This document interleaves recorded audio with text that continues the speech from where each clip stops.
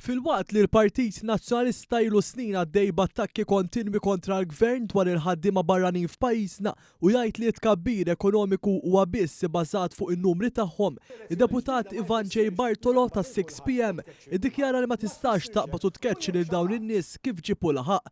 Waqt li kien f'dibattitu fil-programm Extra, Bartolo kontradixxa l-istess narrattiva li l-hom għaddejjin bija Bernard Grech u l-partit tiegħu. U direzzjoni ġdida ma jfissirx li taqbad il-kulħadd u tkeċċi l-kulħadd, ma tfissirx hekk u jekk xi ħadd u minn fejn hu mill-kamp nazzjonalista jew mill-kamp laburista jgħid li għada inkeċċu l-kulħadd, jiddispjaċini ngħidlu min tafx inti tajt u qed toħlom għax ma nistgħux inkeċċu l-kulħadd. Ironikament bħal dan iż-żmien sena eżatt wara l-preżentazzjoni tal-budget, Bartolo wkoll kien ikkontradixxa lil kap tiegħu.